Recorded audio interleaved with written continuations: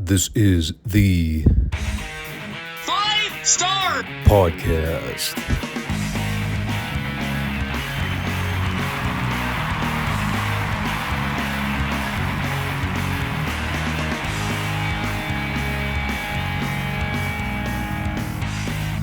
Let me talk to you.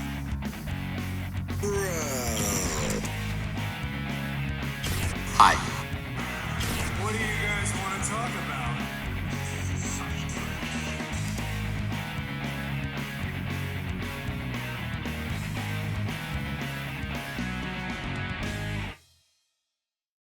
Thanks, guys. Back to you. Okay, YouTube. I see the game you're trying to play. God forbid I mention anything in passing about the 2024 election on the channel. And you're already making concerted efforts to shadow ban my content. I'm a slow learner. But I wasn't born yesterday. I know how you mofos work.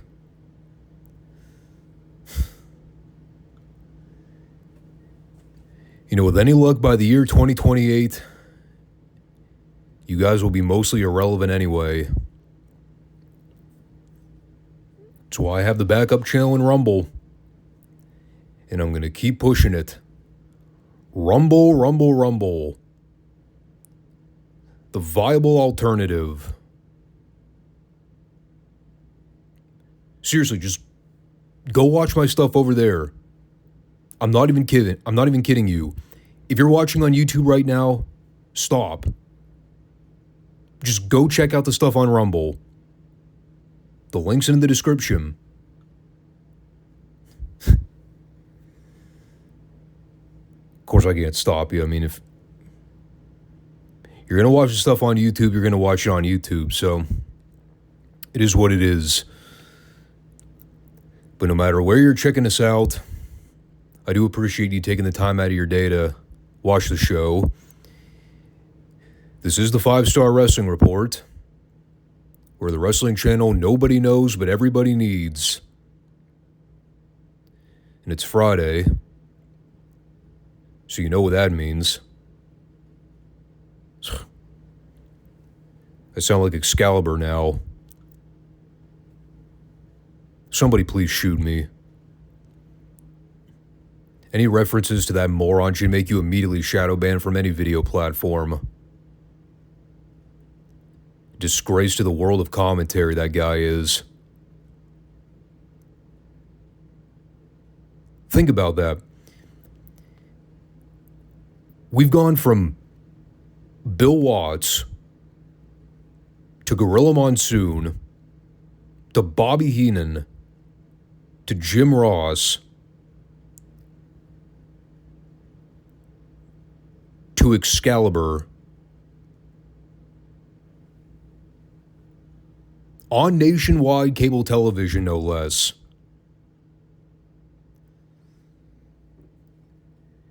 A sad, sad state of affairs.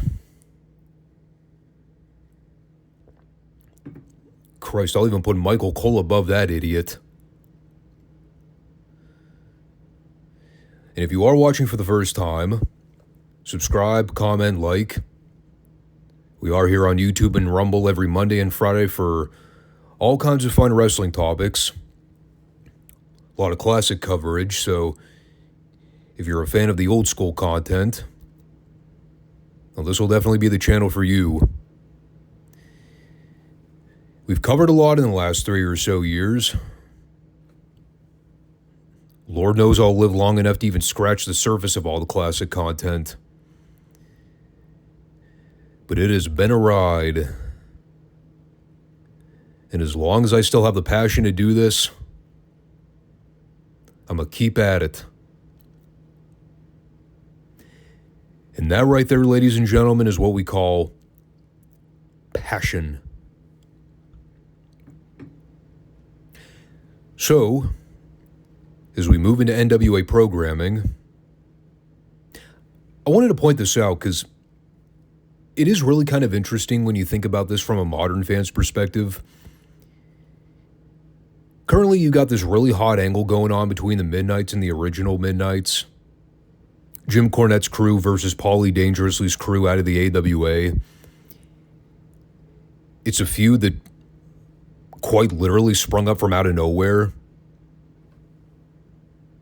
I mean, they shot the TV angle last week at the studio. Dennis Condrey, Randy Rose, and Paulie showing up to lay out Stan, Bobby, and Cornette. There was no long-term build to any of this. They literally hot-shotted a program because the Midnight Express had nobody to feud with. They were the World Tag Team Champions, almost by demand.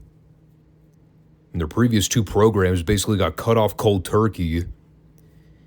You had Tully and Arn leave the promotion for the WWF, which put the kibosh on that feud before they ever really got a chance to get off the ground. And then you had the Road Warriors do the angle in New Orleans to get the belts off of Eaton and Lane.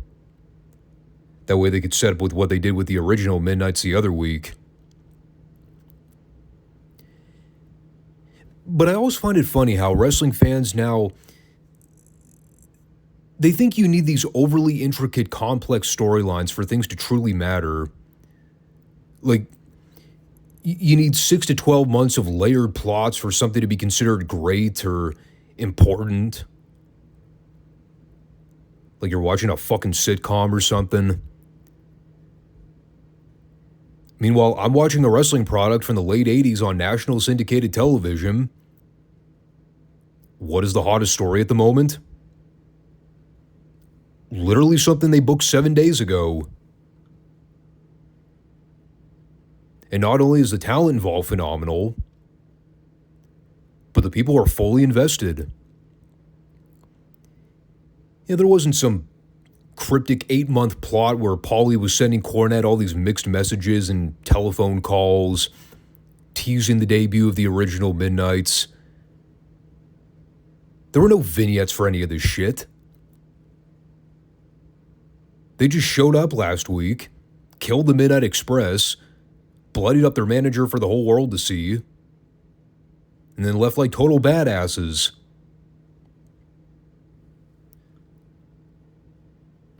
It really goes to show a huge disconnect between classic and modern fans, man. It really does. Biggest, hottest feud on TV headed into the company's biggest pay-per-view of the year.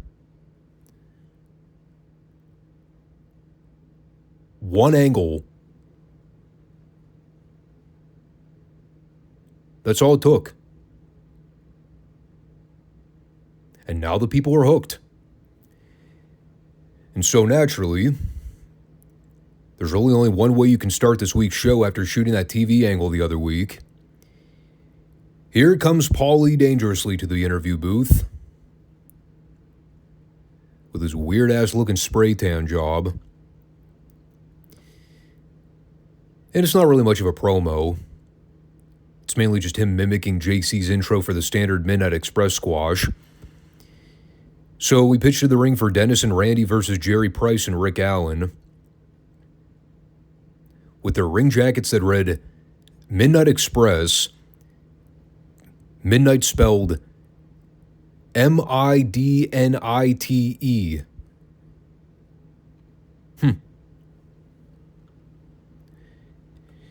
Interesting.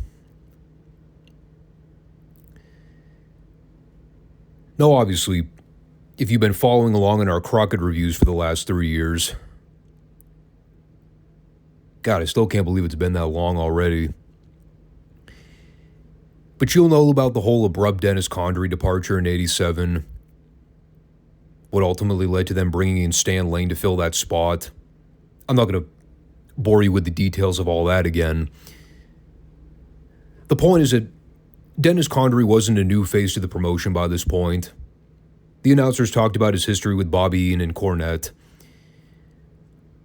Randy Rose is kind of the interesting personality in all this because up until this point, he'd never been on national syndicated television. So this is his real chance at making it on the big stage, so to speak. And unfortunately, as the story would have it, by early 89, any chance of that ever coming to pass eventually got foiled. Because Jim Crockett notably did not like Randy's work.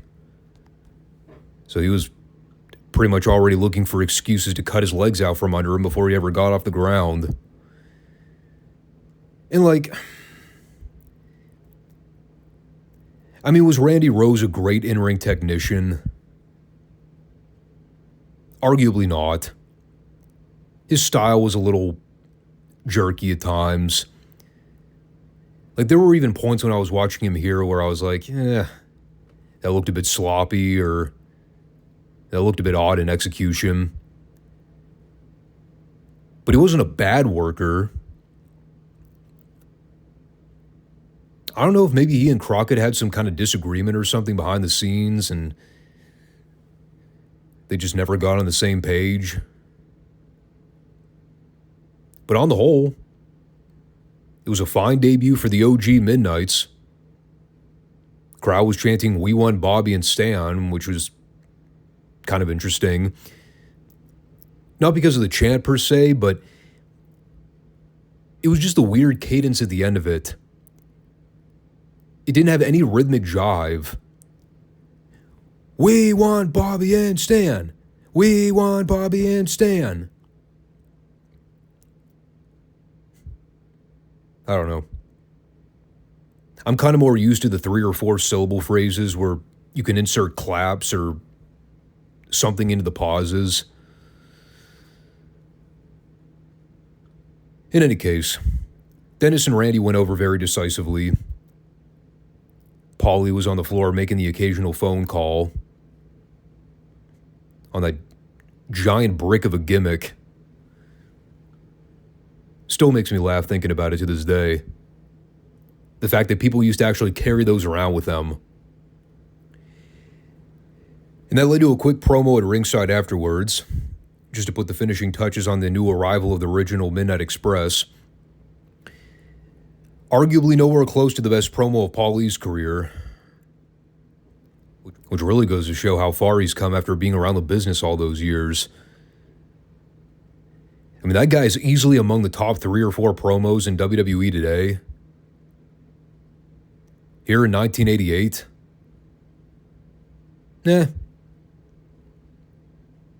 he was okay.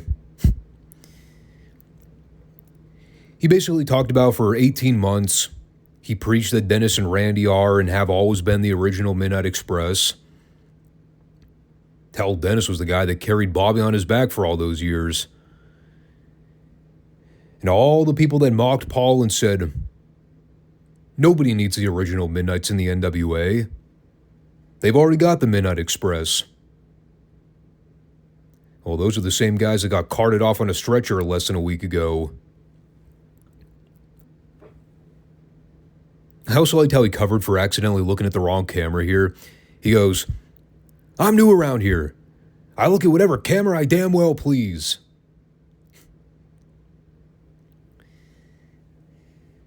Yeah, you could tell Paul was still green, even going back to this period. I think he'd been in the business for at least a year by this point, right? But hey, credit to him back then. At least he had some sort of body definition. He looked less like a giant walking potato. Still needs to work on that spray tan, though. Then we had Barry Windham versus Kurt Thompson. And it finally occurred to me in this segment, the minute Tony Schiavone mentioned Dusty Rhodes here, I was not overthinking it. I was, in fact, correct all along. They were originally going to have Dusty Rhodes versus Barry Windham for the U.S. title at Starrcade. Tony even said it in this segment. He said, Dusty gets his opportunity to capture the U.S. title at Battle Stars, Starrcade 88. So all that speculation I had over the last 3 or so weeks, how it seemed like a lot of this card was getting shuffled around last minute, I legitimately think that was the case. I think the idea was to do Barry versus Dusty for the U.S. title, Luger and Sting against the Road Warriors for the World Tag Belts, and that would obviously leave Flair to have his match with Bam Bam for the World title, which are all feuds they've been promoting on television for the last month. Maybe even longer. They've certainly been teasing Flair and Bam Bam since Humperdinck showed up. So, but when you analyze all of it, what was the problem? Did they just not think Flair versus Bam Bam would draw? I mean, judging by the crowd reactions, that may have been the dilemma. They might have wanted to do Flair and Bam Bam for the world title, only to realize, yeah, these people aren't really buying Bam Bam as a credible title contender. We might need to shift gears and try something else. Of course, him and Barry winning for the U.S. title didn't really make a whole lot of sense either. But at least they were promoting that on television as well. Glad to know I wasn't crazy, though. I highly doubt people are going to get bent out of shape over not seeing Barry and Dusty for the U.S. title again. Which is probably why no one ever talks about it. Another thing I noticed in this segment was just how strongly everybody was putting over Kurt Thompson. Jim Ross, Tony Schiavone, even J.J. Dillon. And they really emphasized how much Thompson's improved since he started working job matches on TV. And I even pointed this out a while ago. I was talking about it. You know, this Kurt Thompson guy isn't half bad. Whatever happened to this guy? He had a great look physically. His work was solid. He looked physically imposing. I would have bought him as a U.S. or TV title contender at some point. I mean, you showed more promise than Al fucking Perez ever did.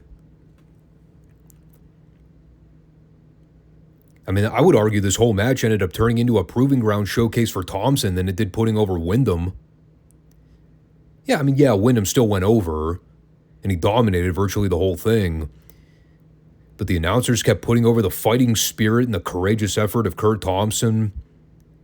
He was kicking out of Barry's offense and hanging in there with him. At one point, JJ got visibly irritated on the floor watching as Barry couldn't put him away. If you would have asked me at the time, I'd have thought they were about to start giving this Thompson guy a bit of a push. Beyond what he's currently been involved with already as an enhancement guy. But they gave the match a ton of time. The work from both guys was pretty solid. And again, ultimately, Barry went over with a lariat. But not after seeing Thompson put up a hell of a fight. It's a shame things never panned out for him. And that led to the post-match, which was all kinds of fucked up in more ways than one. I mean, when you review this segment without any context, it doesn't really register as much. But when you think about the psychology dynamics of the parties involved, it leaves you asking a ton of questions. So JJ and Barry are both doing a heel promo. JJ's talking about Bam Bam Bigelow and Oliver Humperdinck, their so-called challenges they've laid out to Ric Flair and Barry Windham. And he's basically talking about how Bam Bam hasn't met any real challenges in the NWA yet, so it's easy for him to point his nose in the air and think he's on top of his game.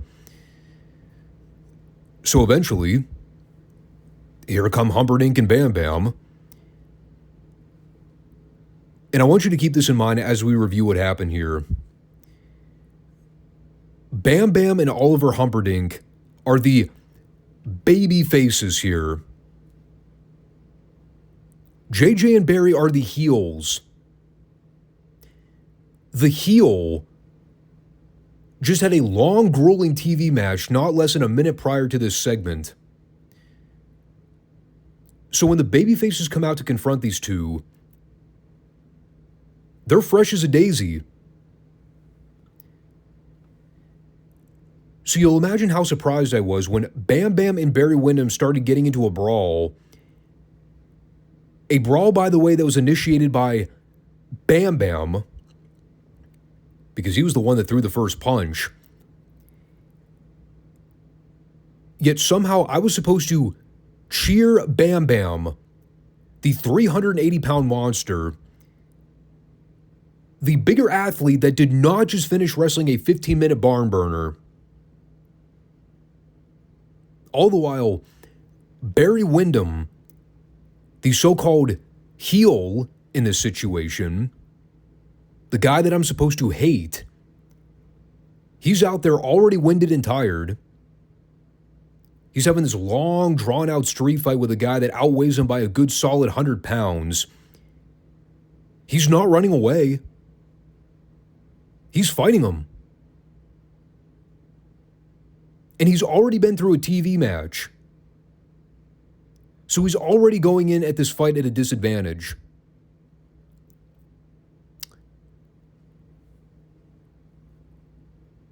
Do you see from my perspective how hard it is to want to boo Barry Windham in this situation? The funny thing too is at one point, Barry was actually winning over on Bam Bam. He's throwing haymakers.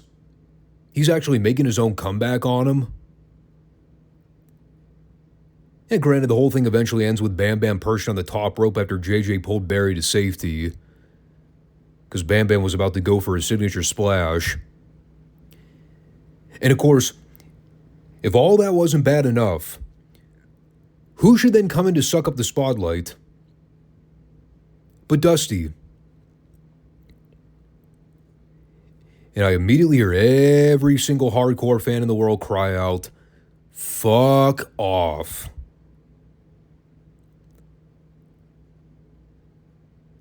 I expected no less. It was clockwork, dude. You get all these studio fans going batshit for this chaotic brawl. Of course Dusty was going to interject. Did you really think he wouldn't? Come on, man. You should know better. So yeah, he's at ringside calling out the Horsemen and mostly speaking in tongues. I could barely understand a word he said. Humperdinck essentially wrapped it up by saying that Bam Bam and Dusty as a duo are going to be unstoppable. Again, why in the fuck are Dusty and Bam Bam tag partners all of a sudden? No idea. They are yet to explain the rationale behind it. One can only presume it was Dusty trying in any way possible to stay relevant as an on-screen talent. I mean, I love Dusty and all, but like, this was the most blatant, unabashed form of I need to be part of the action. Absolutely no reason for Dusty to be out there. He just needed the ego boost, I guess. God love him. We've all got one. Some of us are just better at hiding it than others. And then we had what I can merely best describe as a Rick Steiner babyface showcase while Mike Rotunda was having a boring match in the background. From the moment they rang the bell for this match, crowd was already chanting Steiner's number one. He's literally the center of attention throughout the whole match. He's out there sitting in the front row playing cheerleader with the crowd. At one point you see him mocking Kevin Sullivan behind his back. This was all about Steiner. Rotunda was completely immaterial to the whole segment.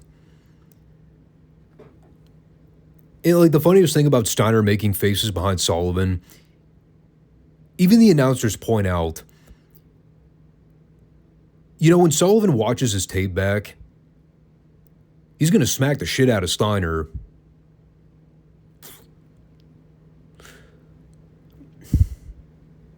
I mean, yeah. No one ever said Steiner was the brightest bulb in the drawer. But damn it all, he saw his opportunity to act like a child behind his coach. He was not going to pass up on it. The announcers did bring up Dr. Death joining the Varsity Club. Again, still no justification as to why or how this happened. They just mentioned it in passing like everybody already knew. But, apparently we are going to hear from Doc at some point to get some kind of explanation. So Rotunda won with a butterfly suplex. And then we had the best thing on the show. We have all the Varsity Club at ringside. It kind of starts out like your typical Varsity Club sketch. Sullivan's doing all the talking. Rotunda and Steiner are shoving each other around and acting like pre-adolescent buffoons. And right as Sullivan's bringing up the U.S. Tag Title Tournament, and how he and Rotunda are going to come up with a game plan to win the gold, you see Sullivan take off his University of Michigan jacket, and he throws it on the ground, because Rotunda wants to pass off his Syracuse jacket for Sullivan to wear instead. And this right here, this was the official moment that broke Steiner. All the weeks of disrespect, all the weeks of him getting jerked around by his teammates. Steiner finally had his Popeye moment this week. When he saw that disrespectful Kevin Sullivan take off that Michigan Letterman jacket and throws it on the floor, he told Sullivan straight up, "I'm sick of this." He told off both guys, as a matter of fact. He said that he could have gotten the world title shot against Ric Flair this week.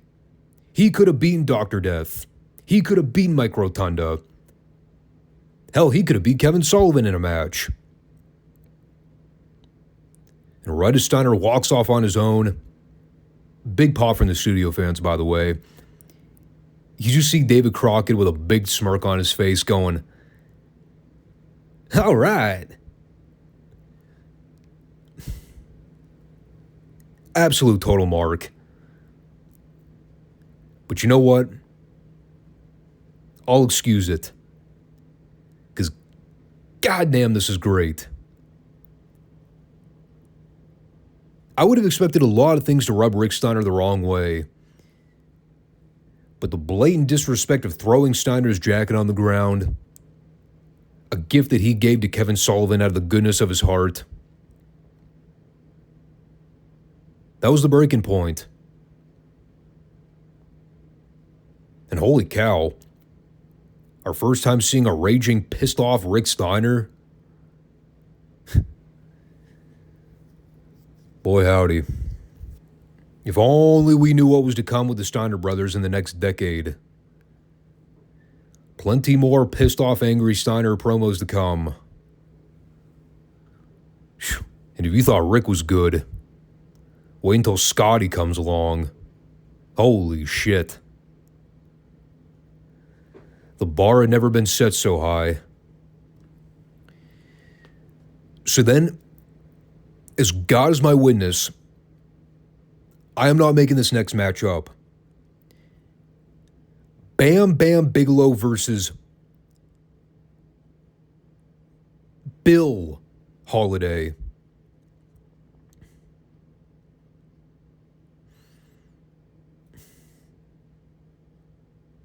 Stop right there.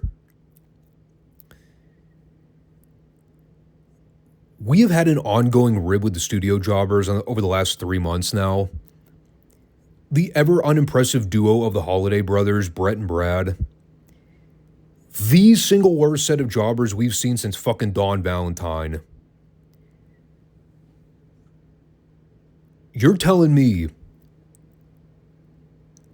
there's a possible third Holiday brother named Bill who just so happens to be black?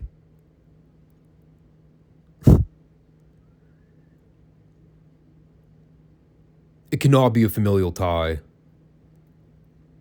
No fucking way. I refuse to buy that Brett and Brad had a secret third brother named Bill.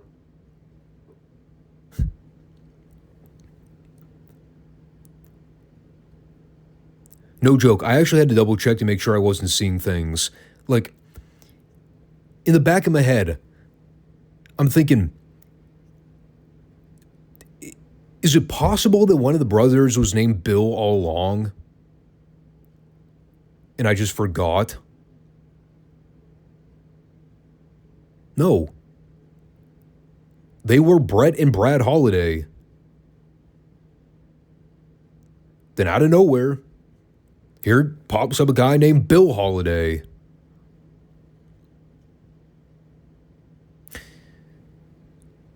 So you're probably asking yourself, was he as terrible as the other two Holiday brothers?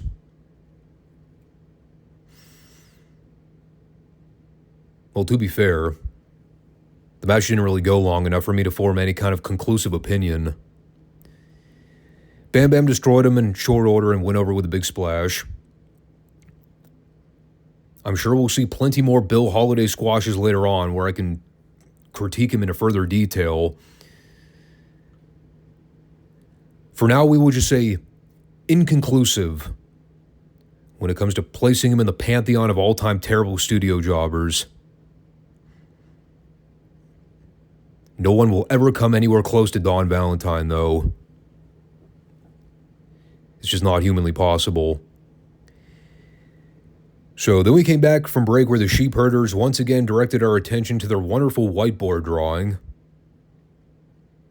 As we touched on the other week, it is a whiteboard drawing of the sheep herders' heads, a map of the United States colored in green, with a giant New Zealand flag stamped in the middle of it. And underneath that giant map is a large yellow toilet with a stream of toilet paper running down the side. And this was their chance to basically put over that the U.S. is garbage and the sheep herders are here to state their claim as U.S. tag champions. They're preparing for a massive takeover. We did at least learn here that the green coloring of the U.S. map is supposed to be an insult. Because I guess green is associated with grossness. Sure. I don't know what was going on here. I was having a fun time watching Rip Morgan walk in front of the camera the whole time, blocking the whole view. Meanwhile, Luke and Butcher just doing their thing like nothing's out of the ordinary. There is a part of me that's going to miss when these guys leave the company in about a month. So then we had Lex Luger versus Trent Knight. Does anybody else pick up on the fact that Luger's just back to working studio squashes? I didn't even really think about it the other week. It's been a hot minute since we saw regular Lex Luger singles matches on the Superstation. There was like a 5 or 6 month period throughout '88 where we just never saw Luger work consistently on television. And, well, judging how this match went, I can see why that might have been a good thing. There's only really one thing to note about the whole match, aside from the torture rack finish. It was the noticeably bad botch where Luger tried to press slam Knight, but lost his grip when he had Knight overhead. So you just see Luger catch Knight in a front slam position and then unceremoniously drop him to the mat. And all the people went, yeah!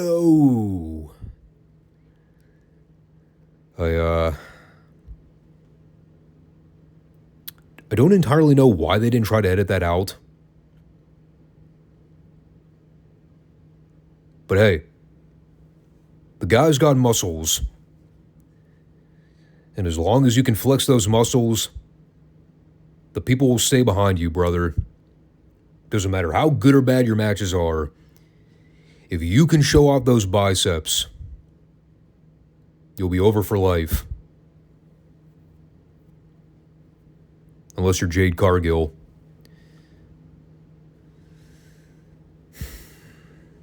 The biceps sure weren't getting Luger's promos over any better. Honestly, I had nothing to say about this. He called out the big bad Road Warriors. Said that if Hawk and Animal want to jack his jaw, they can do it face to face right now. He said they're ready for the World Tag Titles. He and Sting. Pretty much all there was to it. I mean, it's perfectly fine dialogue. It's just Luger talking, so it takes about 9 goddamn years to get to the point. And then we came back for the top of the hour match. As they advertised the other week, Ric Flair was going to be in action at the studio this week.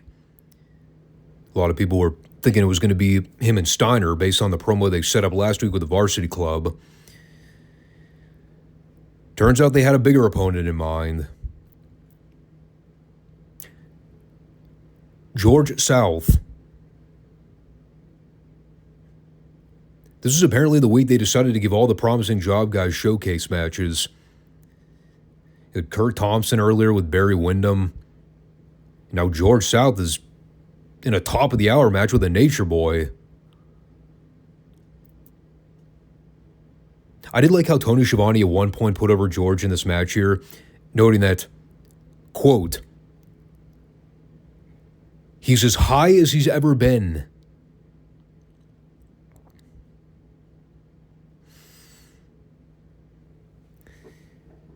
Hey, you don't need to air all the dirty laundry, Tony. I'm not trying to judge what George South does in his free time. All kidding aside, this is a hell of a match. I'd probably say this is one of my favorite matches I reviewed in all of '88. Of course, it's your typical walk in the park match for Ric Flair. It's every single Flair spot you would expect to see. It was prevalent here.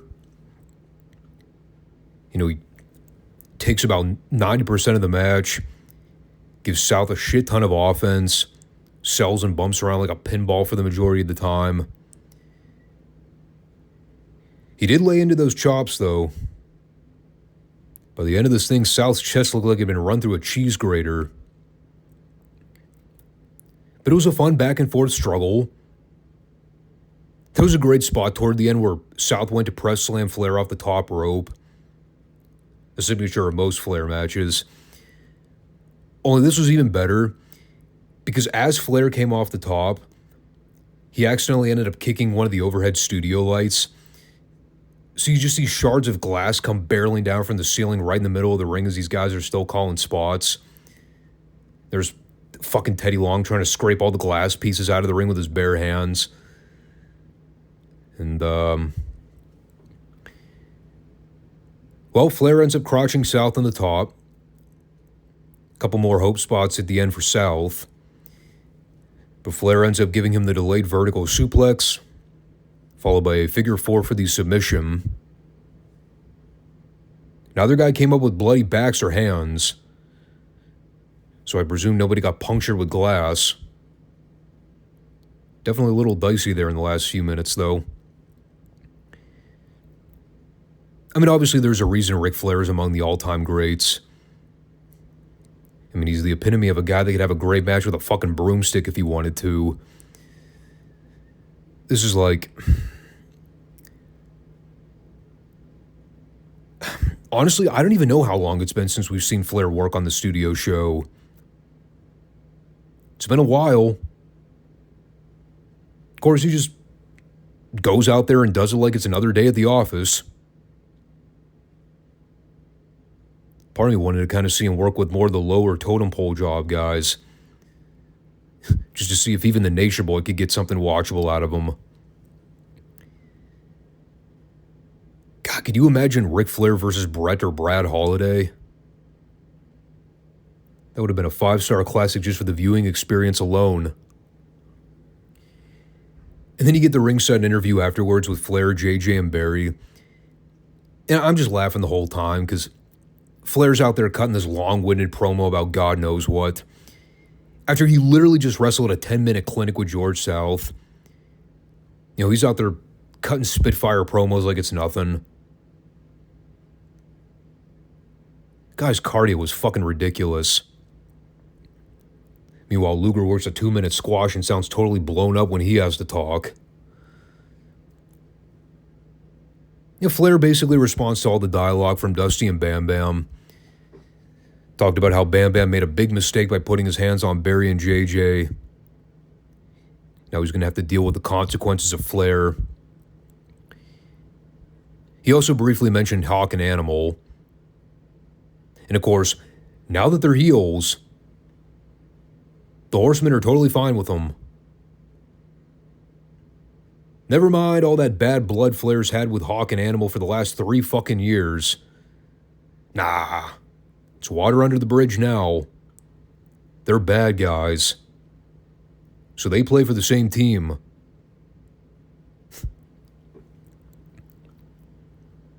I mean, to be fair, he did not completely gloss over it. I love heel psychology in wrestling. They could not care less about previous grudges.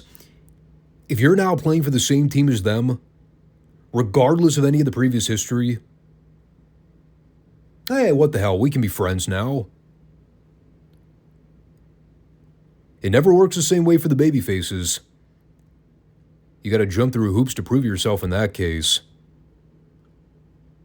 But bad guys be bad guys. And that's all that matters. And then the great shit just keeps on coming, dude. Another phenomenally awesome squash. Randy Hogan versus Abdullah the Butcher. Whoever came up with the idea for this match, I shake your hand from afar. There's no possible way this was not a direct rib on Randy Hogan.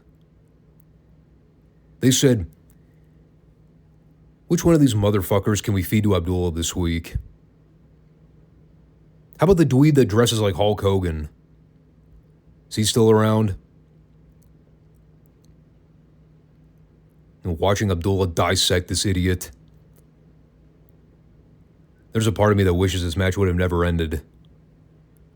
I was having so much fun watching this guy get destroyed. It was more of the same we saw in his squash the other week. Face gouging. Face stomping. It was just more amusing watching him do it to Randy Hogan. He went with the elbow drop. Then as he tried to kill Randy after the bell, Gary Hart had to step in with the hood to calm him down. By the end of this interview here, I would say he did a very ineffective job at calming down Abdullah. Because while they're at the podium, and Gary's trying to establish Abdullah as this twisted, sadistic monster that nobody can control, there's Abdullah literally devouring the entire studio set. They actually show him eating the interview podium. Just biting off corners of it. I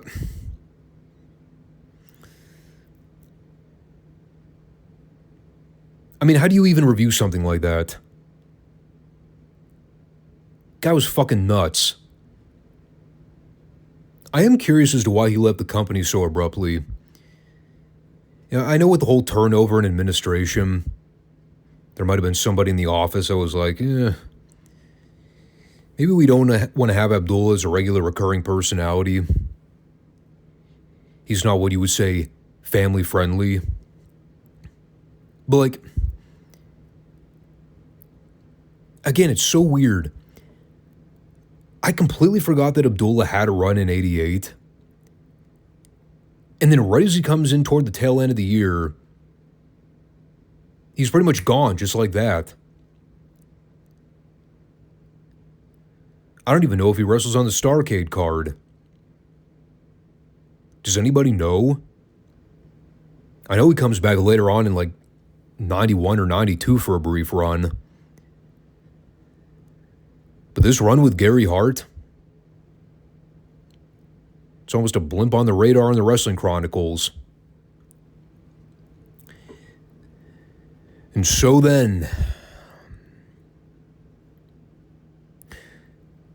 well, we had what I can simply call the promo of 1988. We've heard a lot of great ones throughout the year.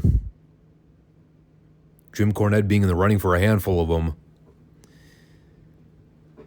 But I'm telling you, man, they all pale in comparison to this one we're about to talk about.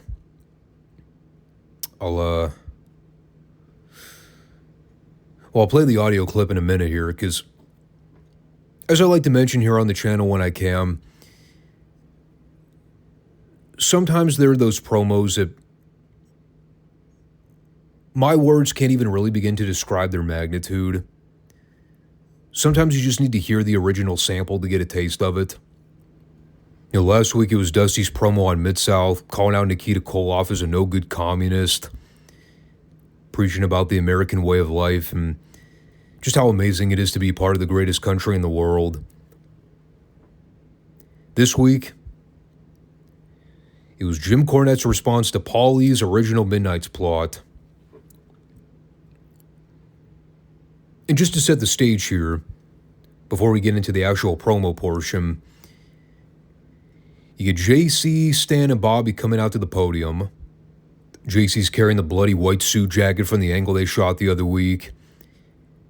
He's got the bandage over his head from the infamous blade job of Doom, where he nearly cut himself open from asshole to appetite. And you know, to anybody out there that has their personal issues with Jim Cornette, justified or not, you know, I know that he and I in particular will never see eye to eye on political discourse. He would probably have nothing to do with me in a real world situation, and I accept it. Doesn't mean I have to like or agree with it, but it is what it is. At the same time, I will never deny the fact that he is an all-time great. And this promo cemented him as an all-time legend in the industry. All the accomplishments and all the moments we've seen up to this point in his career, this promo he cut this week, I think it really validated him as an all-time icon. It's for sure one of his iconic career highlights. And I'm going to play the clip now, because like I said, my recap's not going to do it justice. You have to hear it for yourself. Well, nothing more we can say about that, but I know you have plenty to say. That's real good, Paulie. That's almost worthy of me, brother. Almost worthy of me and the real Midnight Express. You know, Jimmy Crockett, Tommy Edwards, all the people at TBS, everybody that has anything to do with this program staying on the air, have already told me, don't say what you want to say, Jim Cornette, or we'll never stick you in front of a camera again. So this is the censored version. As soon as that happened, my mama found out that I got hurt. She called me up. She said, Jimmy, come on home. Don't worry about it. I'll have the lawyers take care of everything. You get out of professional wrestling. It's too dangerous. It's all over with. And I said, Mama, you gonna have to get over it, darling, because it's about damn time I did something on my own.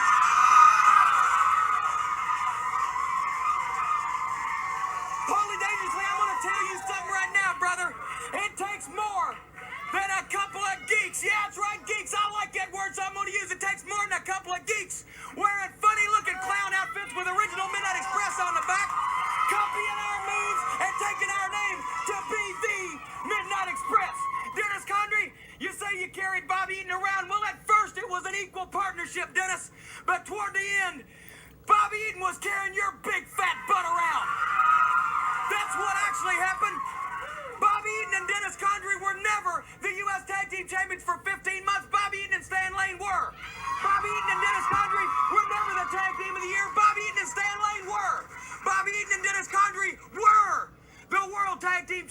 so were Bobby Eaton and Stan Lane, and they beat a better team to win them and beat better teams while they had them. So as far as I'm concerned, and everybody in this country, Bobby Eaton and Stan Lane are the Midnight Express. Now let me just come up here, guys, and let me just hold this up. Hold on a second. Hold on a second. I'm talking to Paulie dangerously right now. Paulie, I have spent 5 years of my life. I have devoted 5 years of my life to trying to help make the Midnight Express the greatest tag team in professional wrestling, and during those 5 years, I have been beat up. I've been busted open. I have been stripped naked and knocked off a 3-story scaffold, and I've deserved half of it, but I've took all of it, I'm still here, and I'll be damned if I'm one little jerk like you. Come in here and take my job. Paulie dangerously, what you are is a cross between Michael Keaton and Jim Belushi. You're a punk with a suit 2 sizes too big and a Jim Cornette joke book slapped in your back pocket. Well, I tell you what we're going to do. You want to fight for the name? We'll fight for the name. And I'm going to keep this jacket. And when that fight's over with and everybody knows we're the real Midnight Express, then we're going to tear this thing in 3 pieces. And Bobby's going to take a sleeve and Stan's going to take a sleeve and stick it down Dennis Condrey and Randy Rose's throats. And I'm going to ball the rest of it up, Paulie. And I don't know which orifice on your body's the biggest. I think it's your mouth, but I may have to stretch one. And I'm going to ram this thing straight up to the elbow, up that very self-same hole. We'll be back after this timeout.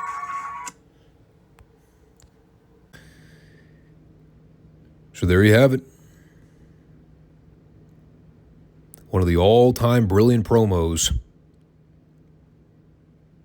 And much like the conversation we had regarding Dusty's promo the other week, the same holds true here. You cannot teach shit like this. You either have the skill or you don't. There's no way to figuratively teach passion or delivery like this. You have to have a certain instinct for it. And this is the astonishing thing about it. Just the mere fact that a guy like Jim Cornette could actually get a group of studio fans to hush when he raises his hand, just so he could get his point across, that is impeccable. That is the literal definition of having the crowd eating out of the palm of your hand. A level of mastery that only true skilled professionals know how to handle.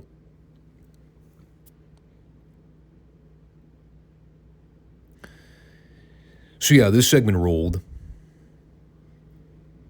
Then we had Eddie Gilbert and Ron Simmons going over Gary Royal and Brett Holiday. This did not rule. As comedic as it was watching Royal and Holiday get beat up by 2 competent workers, we were also 80-something minutes into the show. I just watched the best promo of the entire year. Then I have to watch a makeshift tag team with 2 guys that are wrestling in a tournament for championship belts. Still no explanation as to why they just randomly dropped the thing with Gilbert and Jimmy Garvin. I can only presume it was either injury related or maybe Garvin had contractual issues he was still trying to work out with the office. Considering they did the angle with him getting a cinder block smashed over his knee, the fact that he was on television with a crutch a few weeks ago, the former seems more probable. But who even knows anymore? There were so many guys at this point that had so much beef with the office. Then we came back for a Road Warriors rant session. Animal talked about how he and Hawk used to go around protecting guys like Luger at bars when he'd be off running his mouth. They were his inbuilt protection. And while guys like Sting and Luger look great physically, they got them pretty boy muscles. Animal and Hawk have fighting muscles.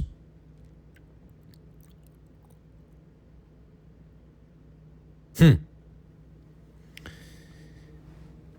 did not know human muscles were built for specific activities. You've got your flex muscles, And then you've got your fighting muscles to be used for good and not evil. And then Hawk basically exposed the reality of the Road Warriors heel run in '88. The simple fact that nobody was buying it. Talked about how Sting and Luger are afraid of the Road Warriors. He can smell their fear from a mile away. And the fact of the matter is, Luger was never Hawk's friend to begin with. Because in order to be a friend of his, you have to be a man. When the people see Animal and Hawk smash guys on television, they take pride in knowing that the world tag belts are around their waists. To which the studio fans react to that comment by, shocker, cheering. And then they did their catchphrase, snack on danger, dine on death. Ellering mentioned something about the idea of Luger and Sting beating the Legion of Doom for the tag straps. It's about as realistic as them saving the whales in Alaska. And once again, I reiterate every single talking point I've ever mentioned about the Road Warriors heel run. It's bad. It's a flop. Nobody buys it. And it absolutely killed the Road Warriors' mystique. Then we had the Fantastics in action against Terry Jones and Agent Steel. It went promptly 90 seconds. It was all Fulton and Rogers offensively. They went over with the assisted senton. Then they did another super dry pro-America Rally the Troops promo. It was literally the same shit we've been hearing them spew for weeks. America's great. Sheep herders suck. We love all the great American people that support us.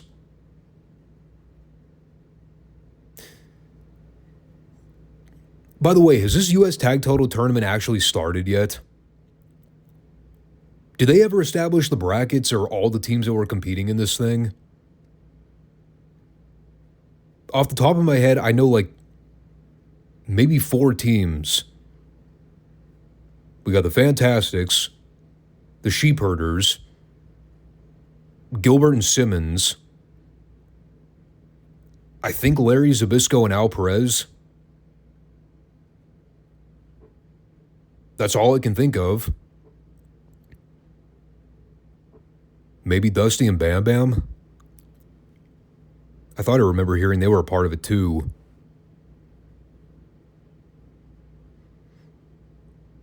Can they make it any more abundant that Fulton and Rogers are winning this tournament?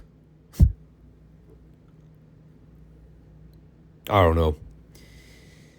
To be honest, I kind of stopped paying attention after the Midnight's promo.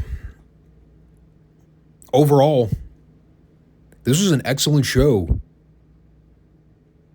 This kind of brought me back to some of those early '86 Crockett Show memories, when things were white hot on a week-by-week basis.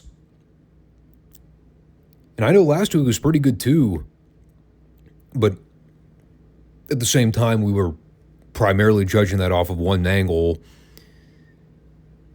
But there were a lot of standout moments this week.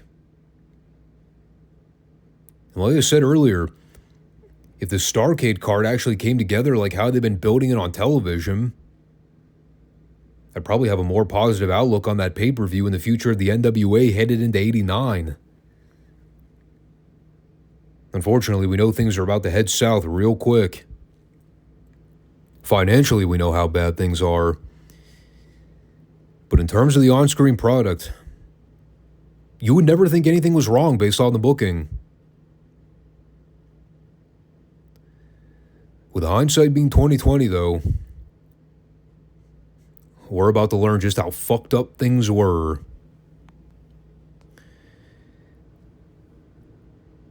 So as things are heating up with this JYD Hacksaw Butch Reed feud over the North American title, and the opening 8 minutes of Midsouth this week was basically one large JYD feature. I would actually coin it your monthly reminder from Bill Watts of who the top guy in Midsouth really is. as if there was any question.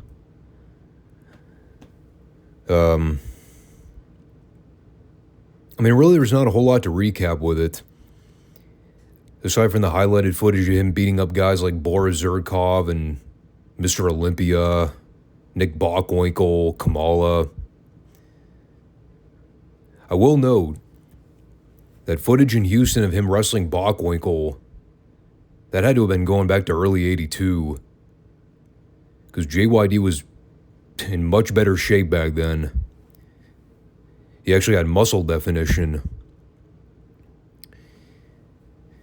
They also replayed the angle from last week's episode when Reed came down and painted the yellow streak down King Cobra's back. Obviously as a message directed at Dog. But this is most definitely the top feud in the promotion at the moment. And they're basically trying to drive that point home as much as possible. We did get clarification on that angle, though. I think a lot of people were presuming Reed would get punished for the unprovoked attack on King Cobra the other week. Turns out he did. Midsouth fined Reed $500 for his actions. Which, by today's standards for the boys, is probably fucking pocket change. Especially with those AEW payrolls. I loved how Jim Ross started the interview segment here with Reed and Neidhart. He goes, "Last week, for no apparent reason, Butch Reed decided to attack King Cobra and paint a yellow streak down his back. Just had to get in the line, for no apparent reason." He was just so transparent about it.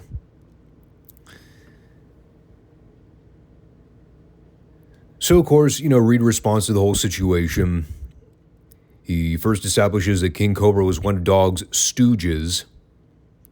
So as far as he was concerned, Cobra got what was coming to him. He then followed that by mentioning something about the idea that he does not go around abusing animals. I guess people were presuming Reed saying he was going to whip Dog. That was to be taken in the plural sense. And that he meant actual dogs.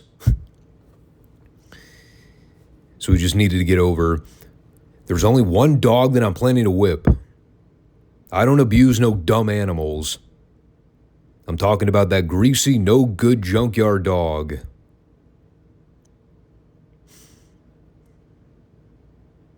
Well, good. At least we established Reed is not a complete cold-hearted bastard. He's not an animal abuser. Certified. So that directed our attention to the box that Jim Neidhart was holding here. And it turns out there was an actual dog inside the box. The whole idea being, Reed was going to prove that the junkyard dog is just like the real dog in the ring. Scared, weak, and disoriented. And he promised that JYD would be doing exactly what this dog is doing right now. Licking Reed's boots. And or pissing on them. Now, to be fair, it was a very well-trained dog they had. If there is one thing we know about wrestling history, the use of dogs, they are not the most reliable gimmicks. You can ask Al Snow about that one. The angle itself was kind of silly, but that was the whole purpose. It was just Hacksaw Reed being a disreputable heel. You really don't have to overthink it all that much. I just kind of found it amusing that of all empty boxes for them to find to put this dog in, they just went with a generic boom box. Couldn't even find something that was solid cardboard with no discernible text or logos. They were just like, do we have anything laying around the Irish McNeil Boys Club that we can use for this segment? Hey, pass me that empty boombox contraption over there by the dumpster. That'll work. So that led us to Reed and Neidhart's match with George Weingroff and Randy Barber. Pretty uneventful enhancement, but I did have to note Bill Watts' commentary at the end of this thing. You always know when Watts is going on one of his tangents. It's going to be wildly entertaining. He starts to get into this conversation about Reed and Neidhart going after Jim Duggan for being gross and dirty. How he should clean himself up and trim his beard and hair. Try to look like a presentable man to the public. So, of course, Watts directly takes a shot at Neidhart by noting, well, you know, he's not exactly somebody who looks like he recently got off the cover of a fashion magazine. I just love it because it was the most random topic in the world. Literally so Bill Watts could just cover some dead air time. So, of all things for him to bring up, he's talking about Jim Neidhart's appearance. Bill fucking Watts serving as the fashion trend critic.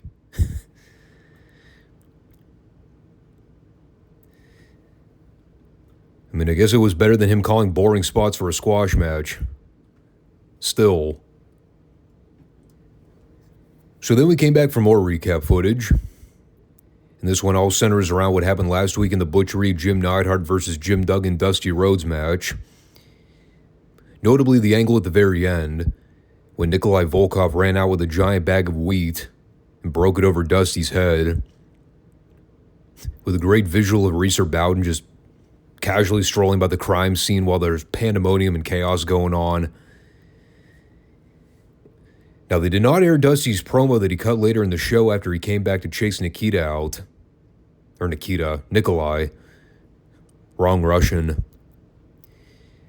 But, yeah, that was an angle that happened later in the show. You remember Nikolai was in the ring cutting an anti-American heel slander promo. But they did tie this all in with Nikolai as we transition into the next match. Arguably Nikolai's toughest challenge to date. Especially when you consider the opponents he's been handed. This week he was slated to wrestle Crusher Darsow. And we were obviously still in the pre-Russian sympathizer days of Darsow, so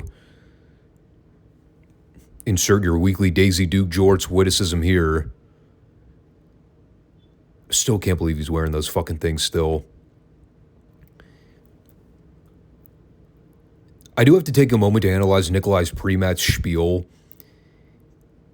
This is the first week on television where they set up his new gimmick. Him demanding that Midsouth play the Russian national anthem over the loudspeakers. And you know what? I'm about to drop some cold, hard truth bombs on you. Say what you want about the Soviet Union and their so-called code of ethics. Not necessarily people I would want to hang out with. They had a pretty goddamn good national anthem. Great music taste. Probably could have found a better arrangement to play, though, because that lead trumpet player, whew, ooh, not good. Lot of cracked notes there.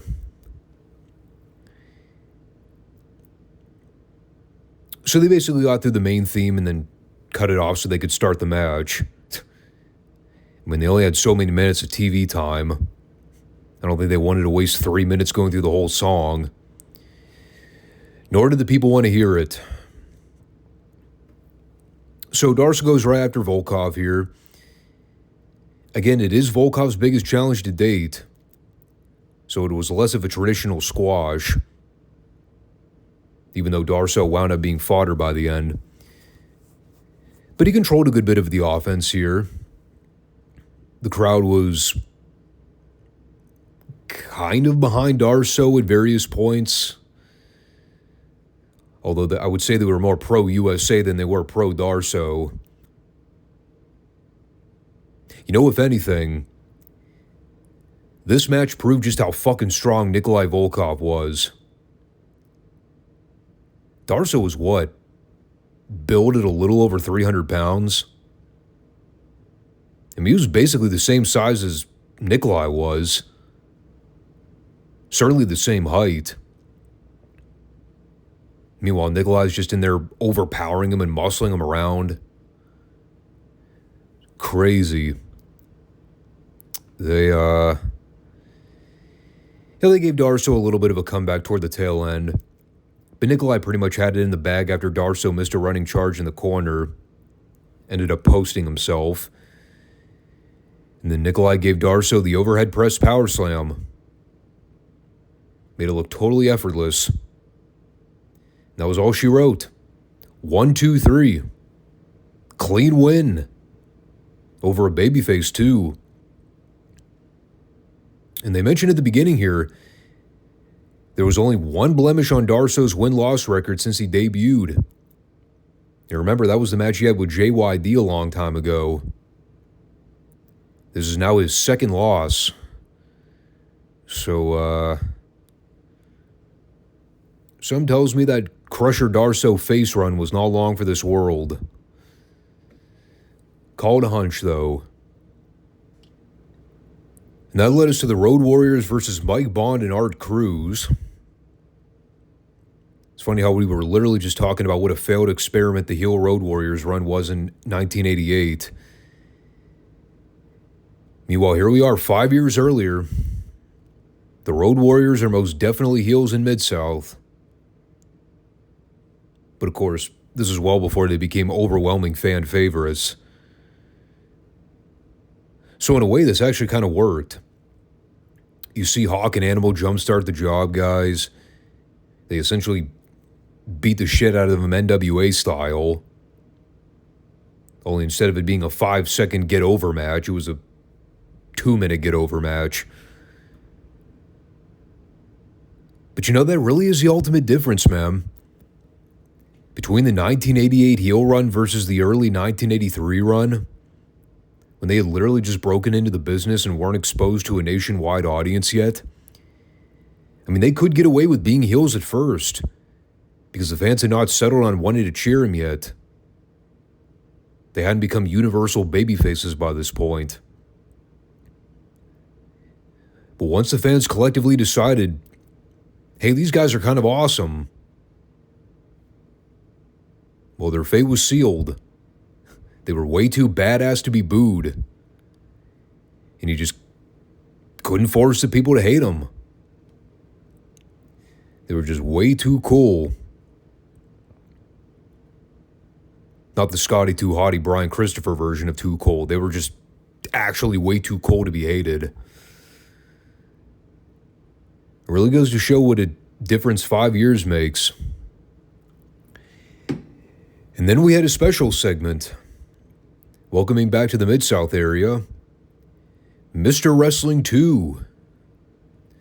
Been a hot minute since we've seen 2. And the fascinating thing about his return here after being away for a while, he wasn't planning to come back as a singles performer.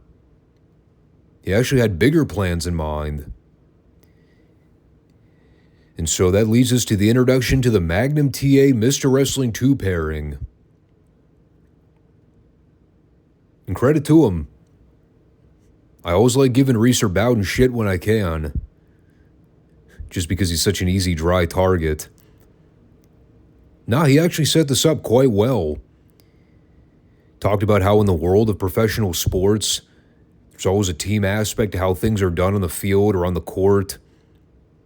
Nobody ever truly becomes a master of all or a jack of all trades.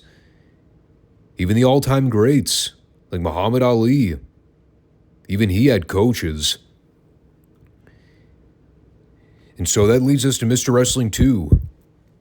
He's had his eye on Magnum TA for a while. Sees a lot of future potential in him as a talent. So he wants to serve as not a manager, but a coach to Magnum.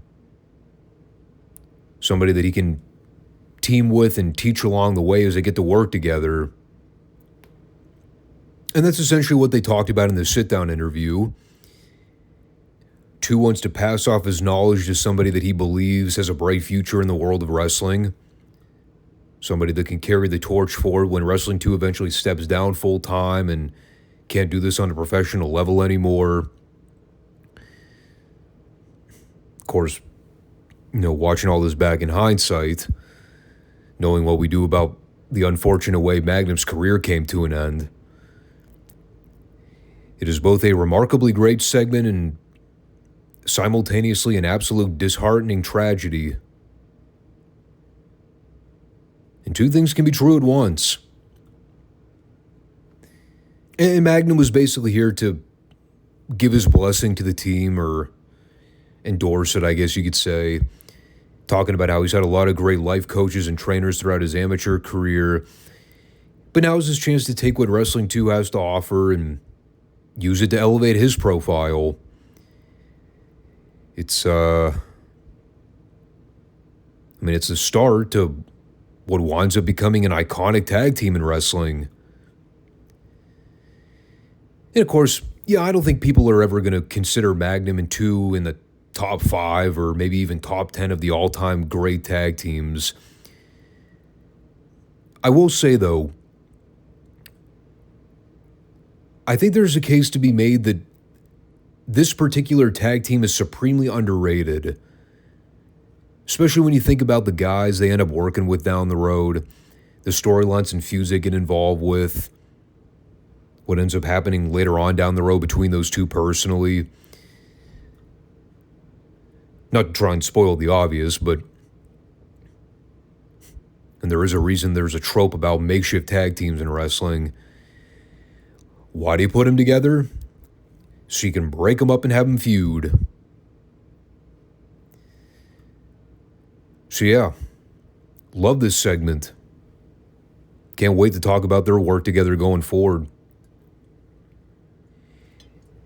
And so that brought us to Wrestling 2's match here with Paul Garner.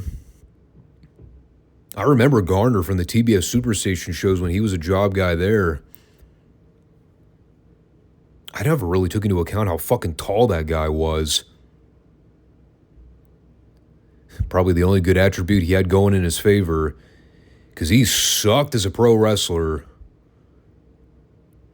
But he had the size factor going for him. Meanwhile, here's this 5-foot-something old guy in a mask just beating the shit out of him and making it look easy.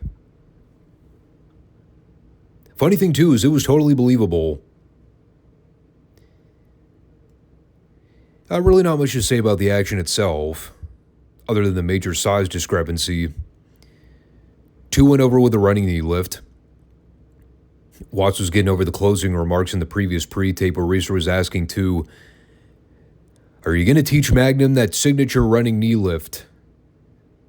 And 2 was basically like, you've got to learn to crawl before you walk, Reeser. So they're leaving us with a little bit of anticipation there. Perhaps someday we'll see Magnum break out that signature knee lift.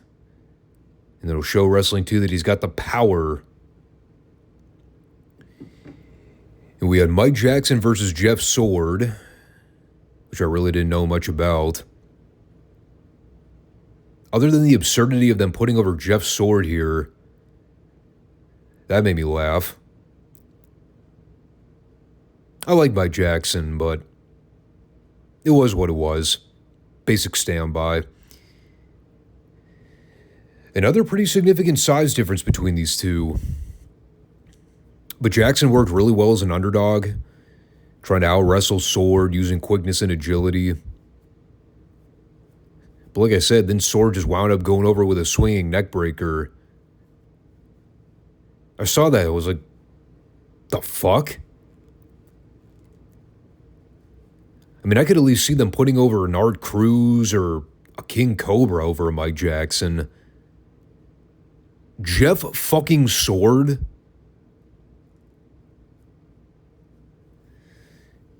Bad choice. Maybe he went into business for himself. Maybe Jackson was supposed to win this match, and then Jeff Sword was like, nah, that doesn't work for me, brother. And then they had John King and Tony Torres and another void filler standby. You know, again, the wrestling's fine here, but there's nothing memorable or noteworthy to talk about, so I'm just going to move past it. They did at least plug next week's card a little bit, noting that we will see Magnum and Wrestling 2 teaming up for the first time. Boyd also let us know that with the cold front coming in, he's actually going to be in Nebraska next week. So it'll be JR and Bill Watts as commentators. That'll be fun, because JR will probably actually get to call a good chunk of the action, as opposed to Boyd, who's like radio silent for most of the show anyway. So that should make for some fun back and forth discussion between him and Bill.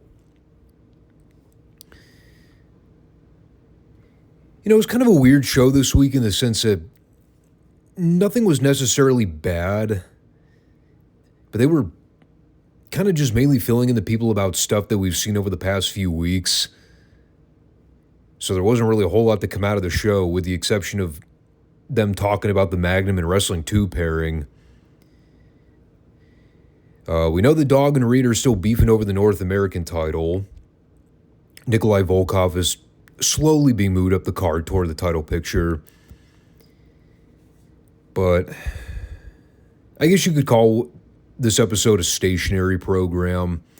You know, nothing really major of note happening. A lot of recap material. A lot of them putting the finishing touches on previously started story details. And that's fine for what it was.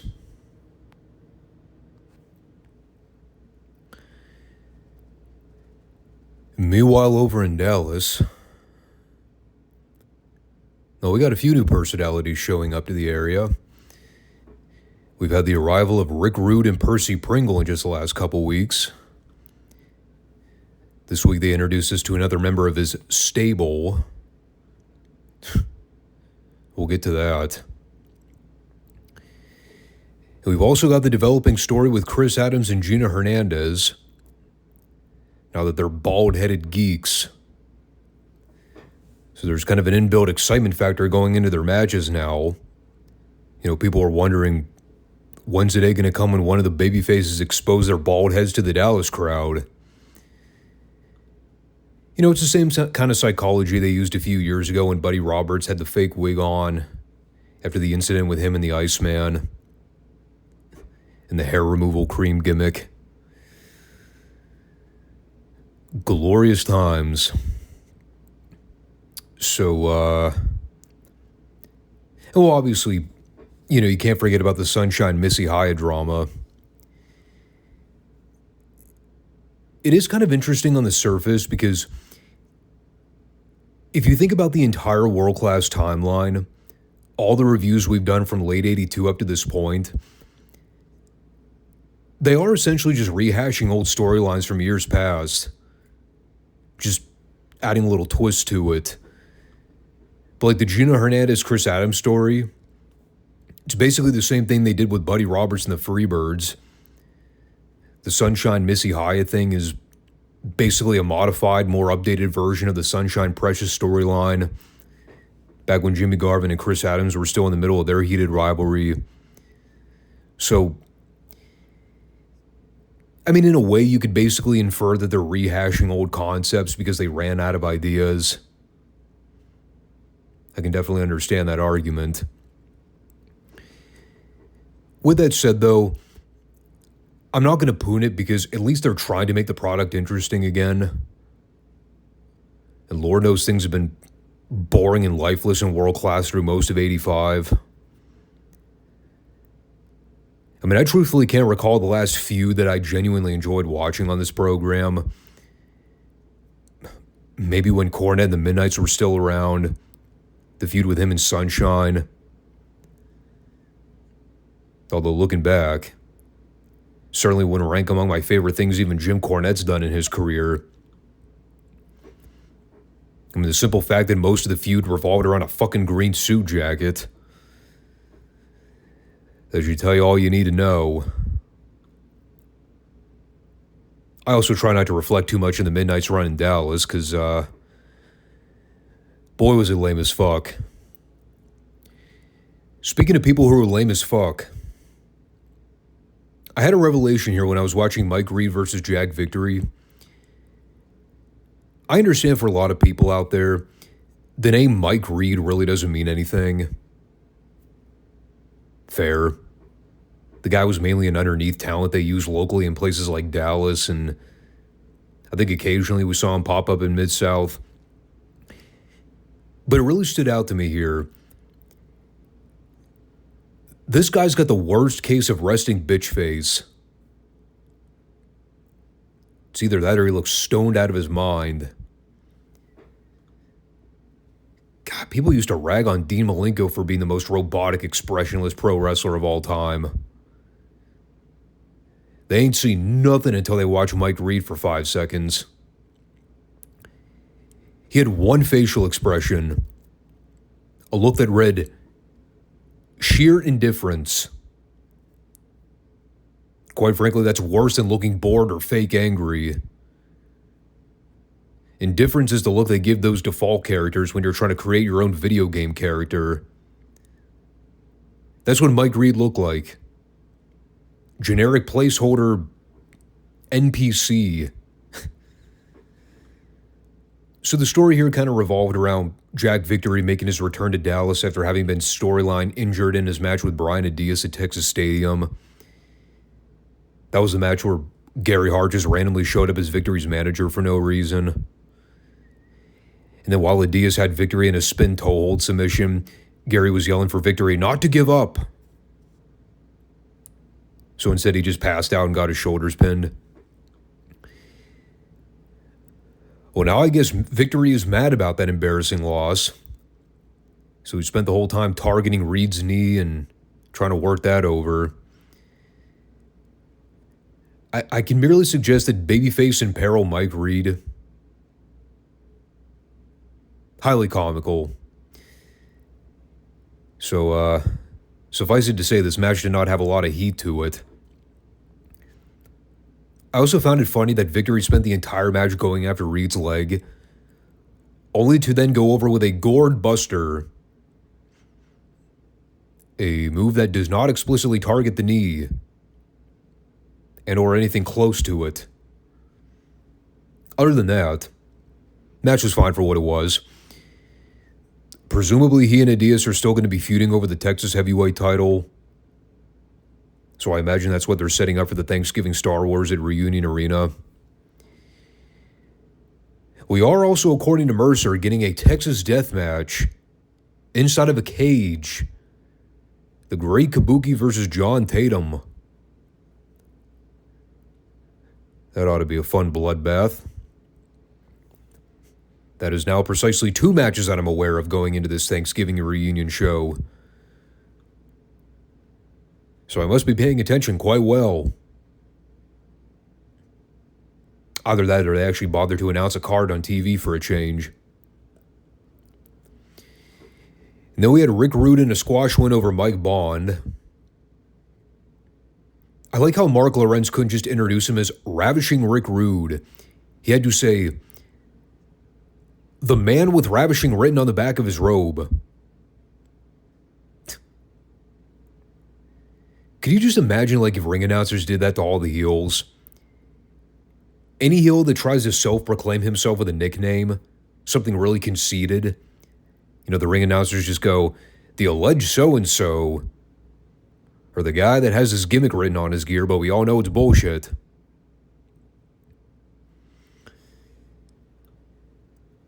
I believe he also called him Percy here, which, pretty sure he gave Bill Mercer shit last week for not calling him Percival. So Lorenz may have gotten a stern talking to. This is a lot like last week, though. You know, Rude is basically in there working a match while Pringle's on the floor being the center of attention. They're constantly putting the camera on him, doing his best to play cheerleader for his man. It's good stuff, though. It takes a segment that would otherwise be a 7 and turns it into a 9. I mean, there's really not a whole lot to the match. The best part here was when the crowd tried to start a Go Mike Go chant. And you just see Percy flailing his arms in the air and overselling it to the point of absurdity. Like he's running up to fans in the front row and telling them to shut up. It's ridiculously over the top. And then Rude ended up hitting Bond with a DDT like minutes later for the victory. So the chant was all for naught. They tried to rally the troops behind Mike Bond, but he failed. And then briefly afterwards, Mercer tries to get a little inside scoop on Pringle's big surprise for the main event. But he does a roundabout promo basically saying that we'll find out who the surprise is later. For the record, it was not a sponsor for Pringle's chips, but it was a good guess.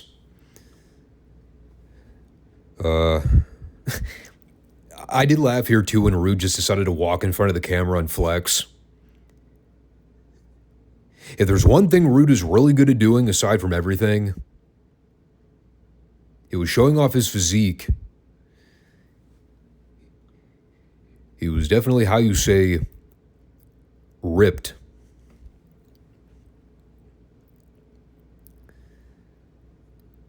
And the next segment was pretty great too. Bill Mercer and the world-class camera crew were on a witch hunt for John Tatum and Missy Hyatt. They were more or less stalking them in order to try to track them down for a promo, because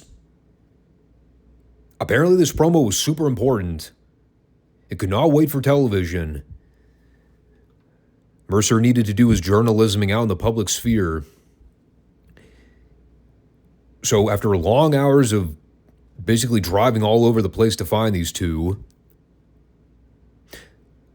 well, they ended up locating them in their natural habitat. The car dealership. They were at the Guy Laney Lincoln Mercury dealer because apparently Missy was mad that Guy Laney didn't donate a Lincoln Mercury to John Tatum personally. So she went ahead and bought him one.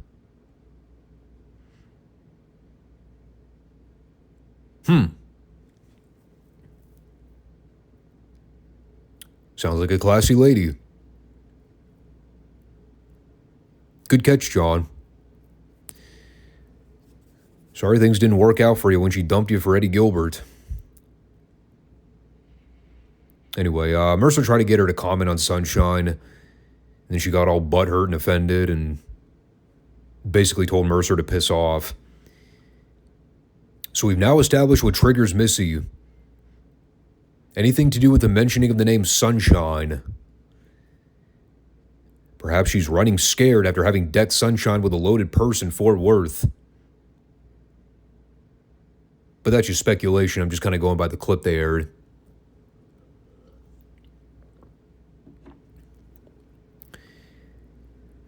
So that brought us to our first double main event feature. It is Chris Adams and Gina Hernandez against Brian Adias and the Iceman. And we kind of talked last week, the ongoing dilemma we're going to have to deal with in Gino and Chris matches on TV. Because they're essentially wearing matching gear, it's going to be hard to distinguish one from the other. So again, it makes their matches more intriguing because you never know when they're going to try to pull one of their twin magic stunts. I mean, they kind of let the cat out of the bag here, though, with Chris, because he had his left wrist taped up pretty heavily. So it was a very easy thing to substantiate. The other issue here, and this kind of plays into the story in the match of Iceman and Adias going after the masks of the heels.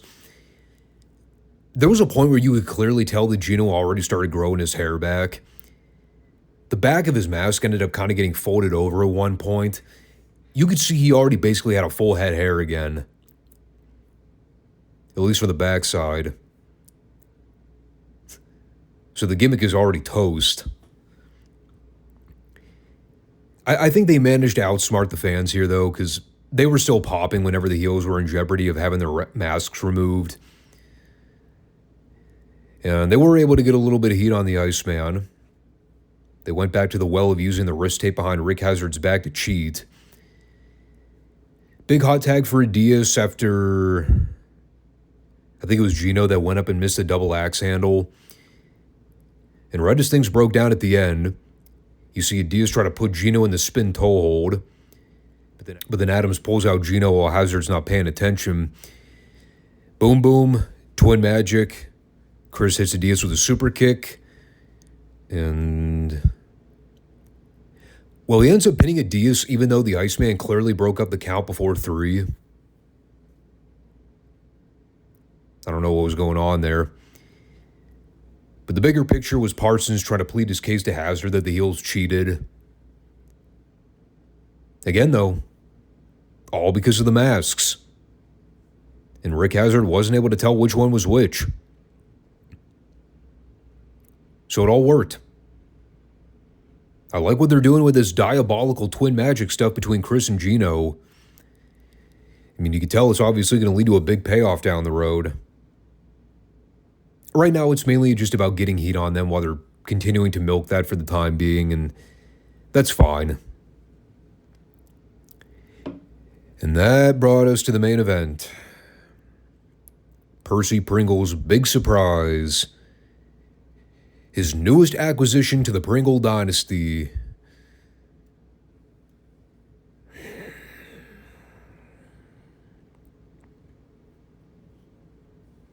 They were giving me so much hope when the faction first started. And the minute we come back from break, and who should be standing in the ring but the missing link? The missing link.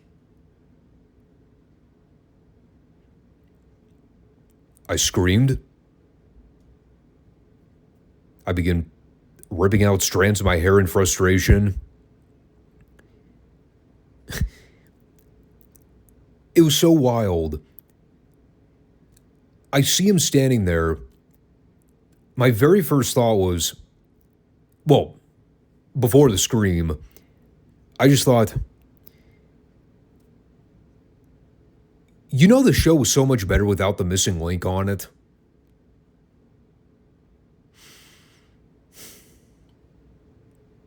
Well, he's back. Apparently here to ruin the only good thing on the show I was super optimistic about. The missing link conversation in these classic reviews is a wild tale. He's become my Achilles heel. Every single time he shows up, he just kills my steam. Literally have not been able to get away from this fucking guy. It's been like 3 years of reviewing his content, both Dallas and Midsouth. He just keeps showing up again. He goes away, comes back, goes away again, comes back again when I least expect it. It's like a bad nightmare. And it's the same fucking conversation every time we talk about him. Nothing changes. You can't review his matches objectively because it's a literal train wreck. He's a deer on rollerblades. His matches suck. His style is so jerky and nonsensical. Of course, it also doesn't help that he's wrestling Kerry Von Erich here, who was not a godsend in the ring. But like every single time Link takes a bump, I'm worried he's going to give himself a concussion. Just constantly falling on his head and pinballing around. And like, I mean, I get it was his gimmick. He's supposed to be this unhinged lunatic that nobody's able to control. Doesn't make me want to watch his shitty matches anymore. So he and Kerry have this really horrible match. It ends via DQ after Pringle hits Kerry in the back with his walking stick. Just right in front of Bronco Lubitsch. And then, of course, Kerry runs off both heels afterwards. So on night one of the Pringle Dynasty, they've established their first talent acquisition as a buffoon who can't get the job done. Not how you would say great effective booking. So yeah, this is kind of lame and stupid. But you know what? I won't run about the flagpole too hard. It was short enough. The tag match in the middle was fun for what it was. I still like the Rick Rude Percy pairing. I just am not too enthusiastic about the missing link being added to the equation. It's all giving me bad 1984 vibes when he and Killer Khan were on the show having goddamn awful matches with the Von Erichs every week. But hopefully Rude can be a mediator to make up for all the lack of in-ring quality from the missing link. And another thing to keep on the radar too as we move along here, they haven't really mentioned a lot about Lance Von Erich since Texas Stadium. We saw him pop up there, but it's been radio silent since that point. So he's also somebody new to the picture that we're going to have to keep our eye on. Hopefully we'll see him at least work a match or two before the Reunion Arena show. Because I imagine he'll be on the card in some capacity. But who knows? So, yeah. That is going to wrap up this one. And keep in mind for this coming Monday's show, we are just going to be covering classic WWF content. But we will have the 1995 Survivor Series pay-per-view to talk about. As you know, as we have been going through all those retro Raws, my memories of that show are slim to none. I know there's a lot of traditional elimination tag matches on that show, and a lot of them do not look very good. So we'll see what's going on with that. But that'll basically be everything covered for the Monday program.